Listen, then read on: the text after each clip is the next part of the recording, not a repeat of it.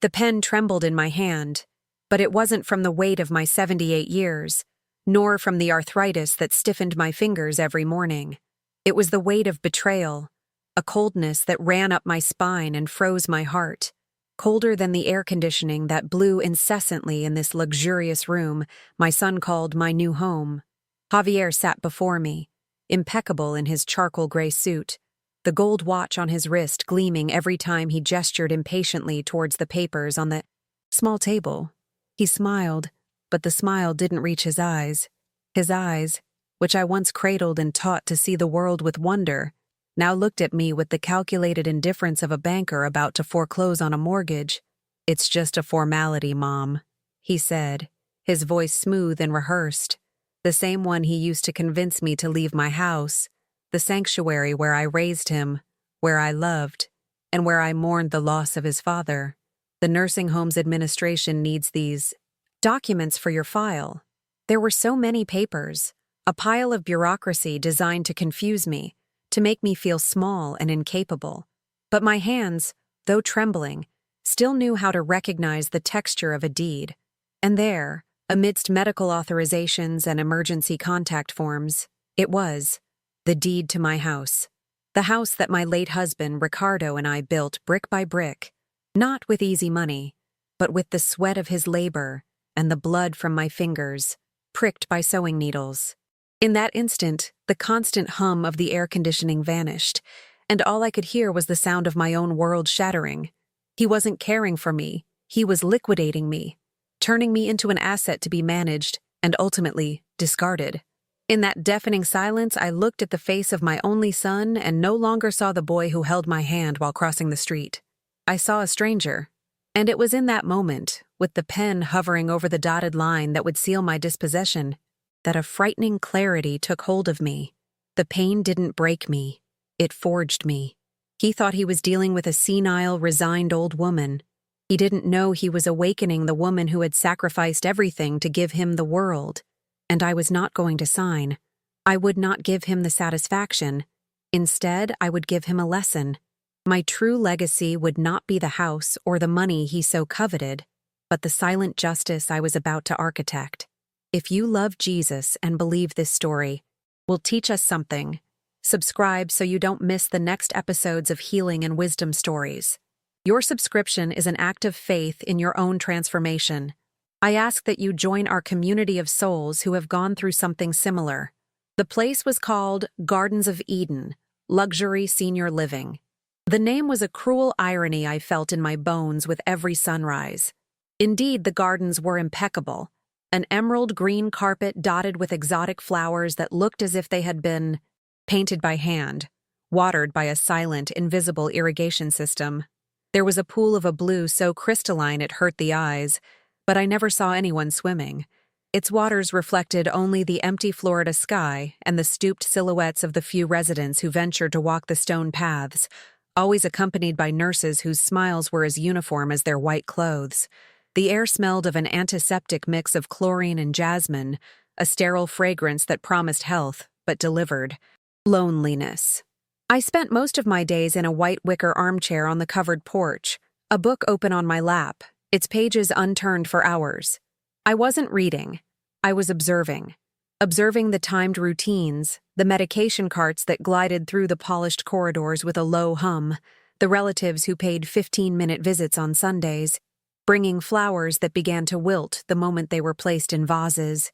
I felt like an expensive, forgotten piece of furniture, part of the decor, living. Proof of the financial success of a son who displayed me like a trophy of his supposed benevolence. They dressed me, fed me, and ensured I took my pills on time. But no one ever looked into my eyes long enough to see the person who still existed inside.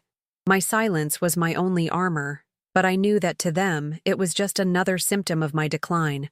Proof that they had made the right decision by placing me here, in this soulless paradise. The humiliation, which was once a private wound, became a public spectacle during the quarterly family tea. It was a forced event, organized by the administration so that children could take smiling photos next to their elderly parents and post them on social media, proving to the world how caring they were. Javier arrived with his wife, Isabella, both tanned and exuding the scent of expensive perfume and haste. He gave me a kiss on the top of my head, a gesture that contained no affection, only performance. They sat, and the conversation was not with me, but about me, as if I were a child or a wall. "Mom is so calm today, isn't she, darling?" Javier said to Isabella, loud enough for Mrs. Gable at the next table to hear. "The environment here has done wonders for her anxiety." Isabella, while adjusting her silk dress, added with a condescending smile, "We bought a whole new wardrobe for her at Nordstrom, but she insists on wearing these old clothes. She mends them herself. It's an attachment to the past. The doctor said it's common." I felt the heat rise up my neck, a shame that burned within me. I mended my clothes because it was the only act of autonomy I had left, the only way to feel my own hands, to remember who I was, a woman who built, who fixed, who created. To them, it was a symptom of senility. A young nurse, new to the shift, approached to offer more tea, and Javier addressed her. "Please make sure she eats something. Sometimes she forgets." He spoke slowly, articulating the words as if talking to someone of limited intelligence. In that moment, under the pitying gazes of Mrs. Gable and the confused nurse, I was not Elena Rodriguez. I was a medical chart, a case to be managed, an elegantly packaged burden. They stayed for exactly 22 minutes, the time needed to drink a cup of tea and be seen. As they stood to leave, Javier placed a hand on my shoulder and said, "We'll be back soon, Mom. Be well." The promise was as empty as the smile on his face. I watched them go, two slender, successful figures, disappearing down the immaculate hallway, leaving behind only the echo of their voices and the lingering scent of their perfume in the air. Mrs. Gable looked away, feigning a sudden interest in her biscuit.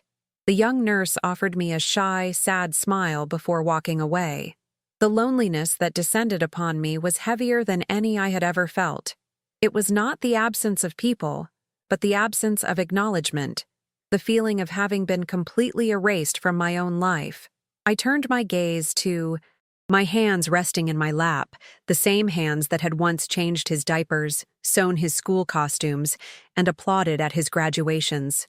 The raised veins were like dry rivers, and the spotted skin told the story of every sacrifice, every sleepless night, every wedding dress I finished to pay for his expensive business school textbooks.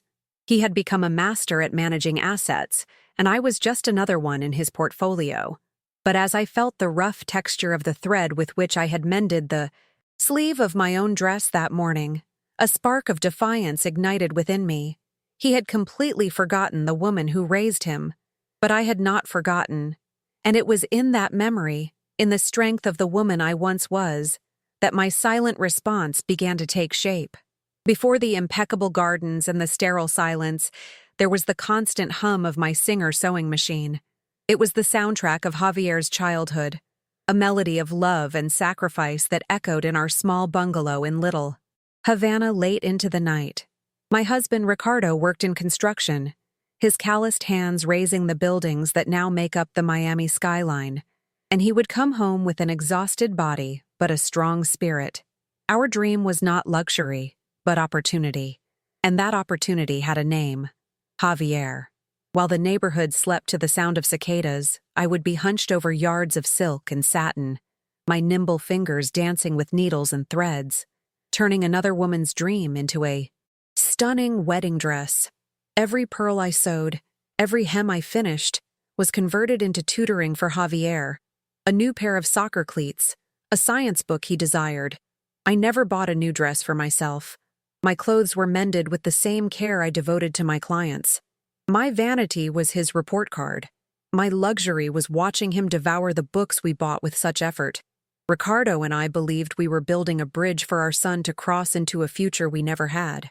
We didn't raise him to be rich, but to be good. We taught him the value of hard work, honesty, and above all, gratitude. Little did we know we were giving him the tools he would one day use to dismantle us. The first crack in our world appeared in the form of Isabella. Javier met her at the university, a place we had worked tirelessly to send him to. She came from a family of lawyers, raised in Coral Gables, a universe of manicured lawns and silent privileges, light years away from our vibrant, hard-working reality. When Javier brought her home for the first time, I saw the change in his eyes. He looked at our house not with the fondness of memory, but with the critical gaze of a stranger.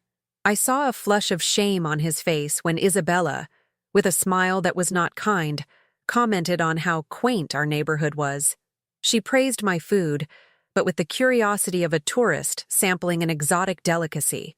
And when she saw my sewing studio, the pulsating heart of our home, she asked, "What a lovely hobby, Elena.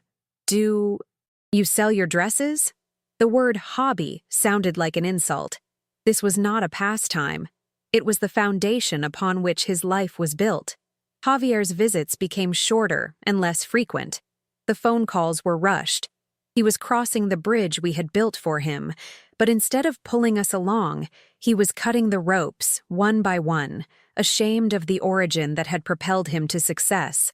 The unconditional love I had given him was slowly being replaced by a conditional coldness based on appearances and social status. After Ricardo passed away, grief left me vulnerable, and it was in that moment that Javier's coldness turned into calculated cruelty. He and Isabella convinced me to sell our little house, the last sanctuary of my memories, and move into a guest room in their cold, minimalist mansion. "So we can take care of you, Mom," he said. But the care never came. Instead, the first great public humiliation arrived. They hosted a dinner party for Javier's business. Partners, important people whose wives wore jewelry worth more than our entire house. I, wanting to feel useful and part of the family, came out of my room to help serve coffee. Isabella intercepted me halfway, with a tense smile. "Mom, dear, you don't need to worry. The staff will handle everything. Why don't you go watch your soap opera? The noise out here will trigger your headache." She guided me back to my room as if I were a stubborn child. Later, sitting in the darkness, I heard the conversation floating down the hall. One of the guests asked about me. Javier's voice was low, but every word was a razor. "That's my mother. It's temporary, of course. It's a huge burden, an extra mouth to feed, but it's a family obligation, you understand. A burden. An extra mouth." That night, I cried silently into my pillow. Not for the loss of my husband, but for the loss of my son. I had become an item on his balance sheet, an inconvenient expense on his spreadsheet of a perfect life. From that day on, their strategy became clear: to build a narrative that I was frail, confused, and incapable. The second humiliation came during the baptism of my grandson, little Ricardo. The house was full of relatives, uncles, and cousins I hadn't seen in years. I tried to approach to hold the baby, my own grandson, but Isabella quickly moved him away, saying, "Careful, Mom. Your hands are a little shaky. It's better not to risk it." Later, my cousin Sophia came to talk to me, asking how I was feeling. Before I could form a sentence, Javier interposed himself, placing a hand on my shoulder in a falsely protective way. "She's fine, Auntie. A little forgetful lately, but the doctor says it's normal for her age. We make sure she doesn't get too tired." He answered for me, spoke over me, edited me in real time. Each intervention was a small death, a subtle erasure of my identity in front of the people who had known me my whole life. I saw the doubt in their eyes, the pity. They were succeeding. They were turning me into a ghost in my own family, a decorative, senile figure who needed to be managed. Isolation was their most effective weapon. Surrounded by people, I had never felt so profoundly alone. I was a physical presence, but my essence, my voice, was being systematically silenced. My health, perhaps sensing the sadness my mouth did not express, began to fail. Pneumonia left me bedridden for weeks, and Javier's impatience was palpable. He didn't bring me chicken soup as I had done for him. He brought papers.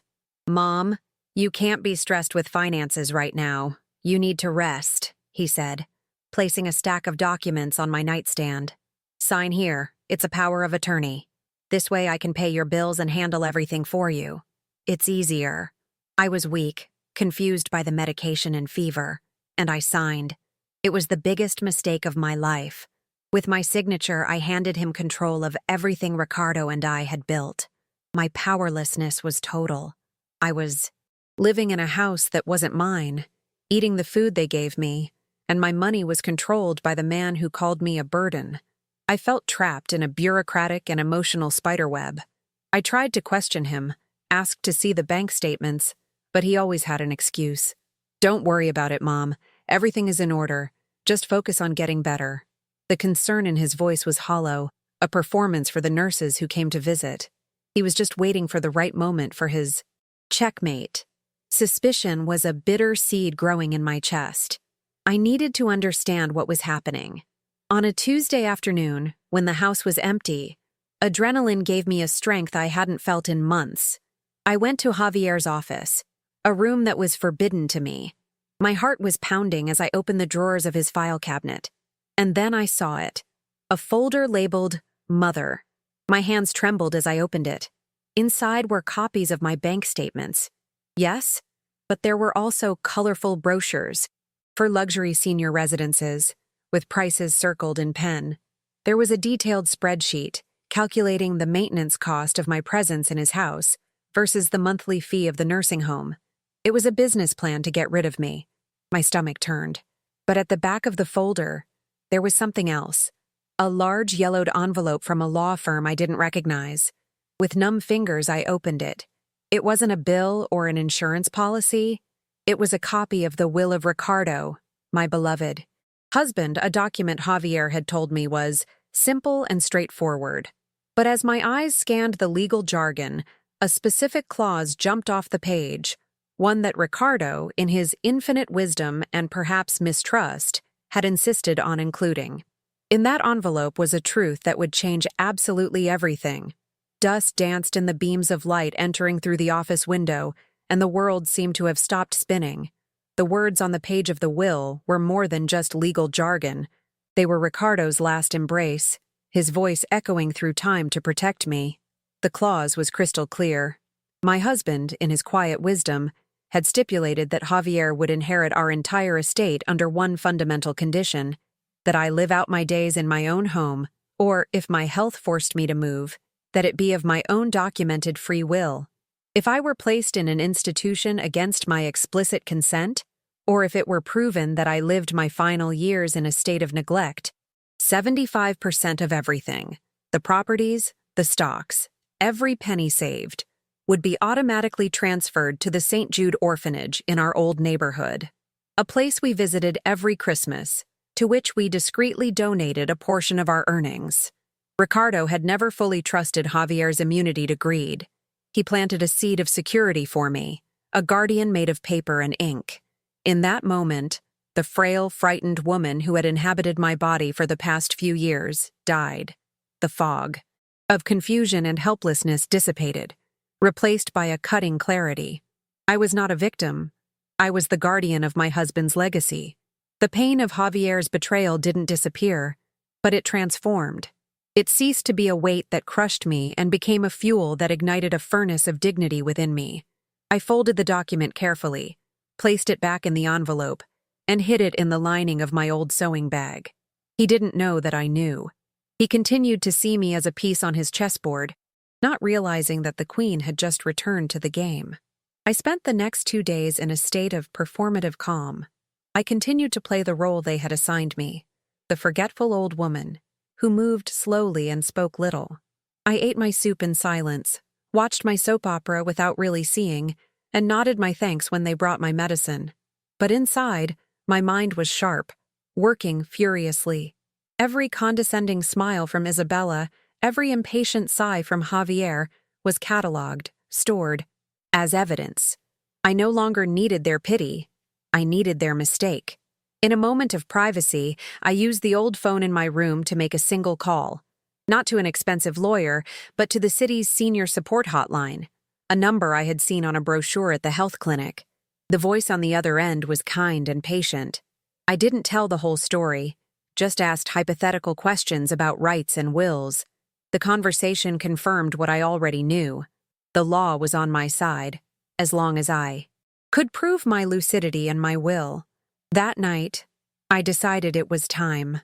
I waited until after dinner, when Javier and Isabella were in their living room, the blue light of the giant television flickering on their bored faces.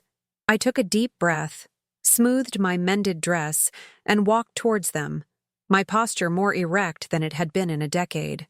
"Javier, Isabella," I said, my voice surprisingly firm, "we need to talk about my future." They looked at each other, a gleam of triumph in Javier's eyes. He thought I was finally going to surrender, that my resistance had been broken. Little did he know I wasn't there to surrender, but to dictate the terms of my liberation. Javier turned off the television and faced me with a false expression of concern. "Of course, Mom. I'm glad you're ready to be reasonable. We only want what's best for you." He began his rehearsed speech about the benefits of the Gardens of Eden, the 24-hour medical staff, the social activities. I let him speak, observing the man my son had become, a salesman of lies, trying to sell me my own prison. When he paused for breath, I interrupted him, not with anger, but with a deep and calm sadness. "Javier," I began, looking directly into his eyes, "do you remember when your father took you fishing for the first time and you caught a fish so small we had to throw it back? Your father said that the most valuable things are not always the biggest." His face contorted in confusion, annoyed by the change of subject. "I don't know what you're talking about." "I'm talking about his will," I said, and the silence that followed was heavy and absolute. "I know about the clause, Javier. The charity clause." I saw a fleeting panic in his eyes before he put his mask back on. "Mom, you're confused. Grief is messing with your head." "I'm not confused." I cut him off, my voice never wavering. I read it. 75% to the St. Jude Orphanage if my beloved wife, Elena Rodriguez, is institutionalized against her will. Your father knew your heart, Javier, perhaps better than I did. The blind loyalty a mother has for her son shattered in that moment, not with a crash, but with the devastating sound of the truth being spoken aloud. I was no longer speaking to my son. I was speaking to the man who had tried to steal our family's soul. Javier's face paled, the color draining from under his expensive tan. Isabella looked from one to the other, her brain rapidly calculating the financial implications of my revelation. The greed in her eyes was ugly and transparent. The room, which had once been the stage for their power, suddenly became mine. The dynamic had shifted irrevocably. I was no longer the burden, the senile old woman to be managed. I was the gatekeeper to a gate they were desperate to pass through. They were trapped. If they treated me badly, I would have witnesses and reason to leave. If they kicked me out, they would be violating the condition of care. The only way for them to get the money they so coveted was to keep me close, lucid, and ironically, happy. And we all knew that was impossible. I rose from the armchair, feeling each vertebra align with a newfound dignity. There was nothing more to be said.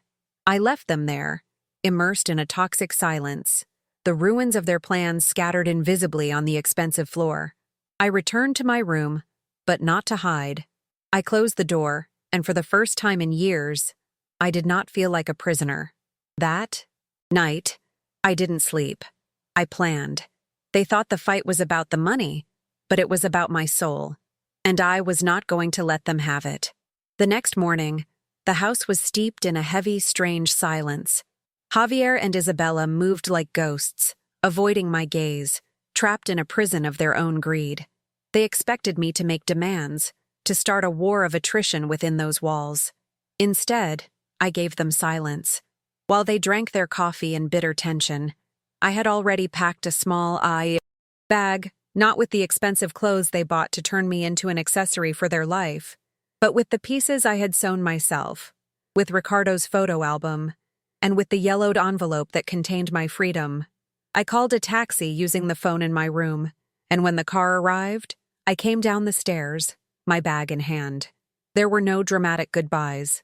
I just left a simple note on the immaculate marble kitchen counter. It contained no accusations or words of pain, just two crisp, businesslike sentences. From today on, I will be taking care of myself. Please forward any and all future correspondence to my lawyer. And below it, the name and number of the Senior Legal Aid Service. It was an act of emotional surgery, severing the unhealthy tie with the precision of a scalpel. As I closed the door of that mansion for the last time, I felt not sadness, but an immense lightness, as if I were taking off a heavy coat they had forced me to wear for years. I wasn't running away. I was walking toward the life I had left, with dignity as my only compass. My first destination was not a luxury hotel, but the heart of my old neighborhood, the place Javier was so ashamed of. I rented a small, modest, sunny apartment where the sounds of the neighborhood, children laughing, Latin music playing in the distance, were a balm to my soul. The first call I made was to the lawyer, instructing him to immediately begin the process of reversing the power of attorney and putting my family home, the one I shared with Ricardo, up for sale. The second call was to a financial advisor. The panic in Javier's voice when he received the legal notification was, I was told, considerable. But my actions were not driven by revenge. They were driven by purpose. With the resources that would soon be under my control, I did not plan an extravagant retirement. Instead, I began the process of creating something that would truly honor Ricardo's memory: the Rodriguez Foundation for New Beginnings. The goal was not simply to donate money, but to invest in people, in single mothers who needed help finishing their studies, in young immigrants with big dreams but few resources, in families who, like Ricardo and I once were, just needed a small chance to build a dignified life. My legacy would not be a real estate empire passed down to an ungrateful son, but a garden of opportunities for strangers who showed the kindness that my own blood lacked. The consequence for Javier was not a soap opera scene with shouting and breaking plates. It was something much worse: a slow and silent fading. He could not legally contest my actions without publicly exposing his greed and the humiliating clause in his father's will, which would ruin his image as a devoted son that he so carefully cultivated in his business circles. He was forced to watch, helpless, as the house he already considered his was sold, and the capital he saw as his birthright was funneled into a foundation over which he had no control. The news spread in whispers at dinner parties and country clubs. Old Elena wasn't senile, she had left her son. The narrative he had so carefully constructed unraveled, revealing an ugly truth that money couldn't hide. He and Isabella remained in their luxurious mansion, which suddenly seemed vast and empty, a mausoleum to their failed ambitions. The luxury that surrounded them now only served to highlight the poverty of their spirits. Justice, I discovered, is not always loud. Sometimes it is just the deep, resonant echo of the emptiness you created yourself. They didn't just lose the money. They lost the last chance for redemption. My new life flourished in simplicity. My small apartment filled not with expensive objects, but with life. The foundation's first scholarship went to a young woman named Sophia, a cleaner from the nursing home whom I had barely known, but whose kindness on a dark day I never forgot. She was working the night shift at the hospital to pay for her nursing course. With the foundation's help, she was able to quit one of her jobs and dedicate herself to her studies and her 2 small children. They would visit me on Sundays, not out of obligation, but out of affection. The children called me Grandma Elena, and their laughter was the sweetest music I had ever heard. I started sewing again, not out of necessity, but out of passion, making clothes for Sophia's children and blankets for the local community center. I formed a new family, not of blood, but of soul, a web of affection woven with threads of mutual respect and genuine gratitude. Today, the walls of my home are not high or made of marble, but they are full of human warmth. I traded the wealth that can be counted for the wealth that can be felt. And that, I discovered, is the only inheritance that truly matters. We would like to feel your presence in this very moment. Please write in the comments which city you are watching us from and what time. It is there now. By doing this, we create a network of energy and support for this story, a reminder that we are not alone in our battles. Each comment is a point of light in our healing process.